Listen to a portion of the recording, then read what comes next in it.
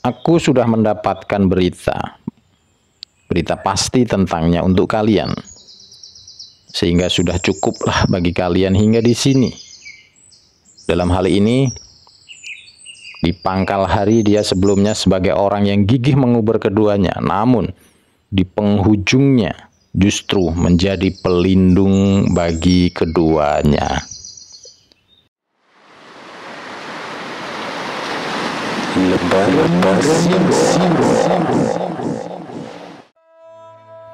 Assalamualaikum warahmatullahi wabarakatuh. Apa kabar teman-teman semuanya? Saya berharap teman-teman senantiasa dalam keadaan sehat selalu. Amin amin ya robbal alamin. Oke teman-teman, yuk kita semangat. Untuk apa? Untuk belajar Sirah Nabawiyah. Nah, kali ini akan kita lanjutkan teman-teman. Kita lanjutkan masih dengan tema perjalanan Nabi Muhammad menuju ke Madinah. Dan di dalam perjalanan tersebut ada peristiwa-peristiwa yang terjadi, dan tentunya peristiwa itu bisa kita ambil pelajaran dalam rangka kita mencontoh perilaku hidup Nabi Muhammad SAW dan juga para sahabatnya. Dalam hal ini Nabi Muhammad bersama dengan Abu Bakar melakukan perjalanan ke Madinah. Baik teman-teman, kalau sudah siap yuk kita mulai. Selama dalam perjalanan, Abu Bakar senantiasa bersama Rasulullah SAW di atas tunggangannya. Seorang laki-laki berkata kepada Abu Bakar, "Siapa laki-laki yang bersamamu ini?" Dia menjawab, "Orang ini penunjuk jalan bagiku." Maksud Abu Bakar adalah menunjukkan jalan kebaikan. Namun orang tersebut mengira hanya sekedar pemandu jalan yang ditempuh. Anas bin Malik meriwayatkan,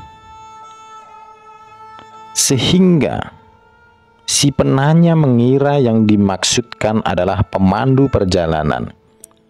Padahal yang dimaksud oleh Abu Bakar adalah jalan kebaikan. Oke teman-teman, itu sekelumit peristiwa. Mari kita lanjutkan. Rasulullah SAW dan Abu Bakar diincar oleh Suraqah bin Malik.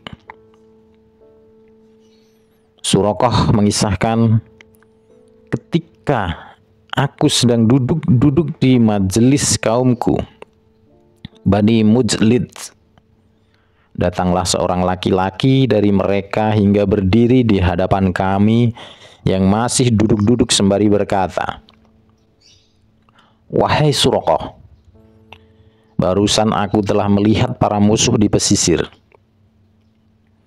Aku kira mereka itu Muhammad dan para sahabatnya. Lalu tahukah aku bahwa memang mereka orangnya? Lantas aku berkata kepadanya, sesungguhnya yang kamu lihat bukan mereka, tetapi kamu melihat si Fulan dan si Fulan yang berangkat di depan mata kita." Kemudian aku berdiam di majelis sesaat, lalu berdiri dan masuk lagi. Lantas aku menyuruh budak wanitaku agar mengeluarkan kudaku yang berada di belakang bukit. Lalu dia menahannya untukku. Aku mengambil tombakku, lantas keluar melalui bagian belakang rumah. Aku membuat garis di tanah dengan kepala tombakku dan menurunkan bagian atasnya hingga aku menghampiri kudaku, lantas menungganginya. Aku mengendalikannya agar membawaku lebih dekat hingga aku mendekat dari mereka. Namun kudaku terjungkal, sehingga aku terjatuh darinya. Lalu aku berdiri sembari tanganku memegangi busur panah, lalu mengeluarkan anak-anak panah, lantas mengundinya apakah aku harus mencelakai mereka atau tidak. Namun undian yang keluar justru yang tidak aku sukai. Lantas aku menunggangi kudaku lagi dan tidak memedulikan undian yang keluar tadi. kudaku membawaku mendekat hingga ketika aku mendengar bacaan Rasulullah. Sementara beliau dalam kondisi tidak menoleh. Hanya Abu Bakar yang lebih banyak menoleh. Terperosoklah kedua kaki kudaku ke dalam perut bumi hingga sebatas lutut yang membuatku terjatuh lagi darinya. Kemudian aku menderanya, lalu ia bangkit lagi, namun kedua lengannya itu hampir tidak dapat dikeluarkan. Ketika ia sudah berdiri tegak, tiba-tiba bekas kedua lengannya tadi menimbulkan debu yang mengepul di langit seperti asap. Lantas aku mengundi dengan anak panah lagi, namun sekali lagi yang keluar adalah yang justru aku benci. Lantas aku berteriak memanggil mereka bahwa mereka aman. Mereka pun menghentikan langkah, lalu aku menunggangi kudaku hingga menemui mereka.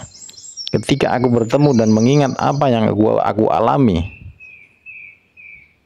saat tertahan dari menjamah mereka, terbesitlah di dalam diriku bahwa apa yang dibawa Rasulullah Shallallahu Alaihi Wasallam ini akan mendapatkan kemenangan. Lalu aku bertanya kepadanya, sesungguhnya kaummu telah menjadikan tebusan terhadap dirimu. Aku juga memberitahukan mereka perihal apa yang diinginkan orang-orang terhadap mereka. Lantas aku menawarkan mereka perbekalan dan barang, namun beliau tidak melakukan tawaran tersebut terhadapku dan tidak menanyaiku, kecuali hanya berkata, ringankan harganya dari kami. Lalu aku memintanya agar menuliskan rekomendasi perlindungan untukku. Maka beliau memerintahkan Amir bin Fuhairah untuk menuliskannya. Lalu dia menuliskan untukku pada secari kulit. Kemudian Rasulullah pun pergi berlalu. Dalam riwayat lain dari Abu Bakar, dia berkata, kami berangkat sementara orang-orang Quraisy menguber kami. Namun tidak seorang pun yang berhasil menemui kami selain Suraqah bin Malik bin Ju'shum yang menunggangi kudanya. Lalu aku berkata, pelacakan ini telah mencapai kita, wahai Rasulullah. Lantas beliau bersabda, janganlah kamu bersedih, sesungguhnya Allah bersama kita. Ini adalah dalam surat Taubah ayat 40, teman-teman. Suraqah kemudian pulang dan mendapatkan orang-orang yang masih mengadakan pencarian. Lalu dia berujar, aku sudah mendapatkan berita pasti tentangnya untuk kalian, sehingga sudah cukuplah bagi kalian hingga di sini. Dalam hal ini, di pangkal hari dia sebelumnya sebagai orang yang gigih mengubur keduanya, namun di penghujungnya justru menjadi pelindung bagi keduanya. Oke, teman-teman, itulah peristiwa yang terjadi, dan tentunya dari kisah tadi kita bisa ambil hikmahnya. Nanti kita akan lanjutkan pada peristiwa yang lain yang tentunya juga untuk kita ambil hikmahnya. Oke teman-teman, kita cukupkan sekian. Saya akhiri. Semoga teman-teman senantiasa dalam keadaan sehat selalu. Salam untuk keluarga. Wassalamualaikum warahmatullahi wabarakatuh.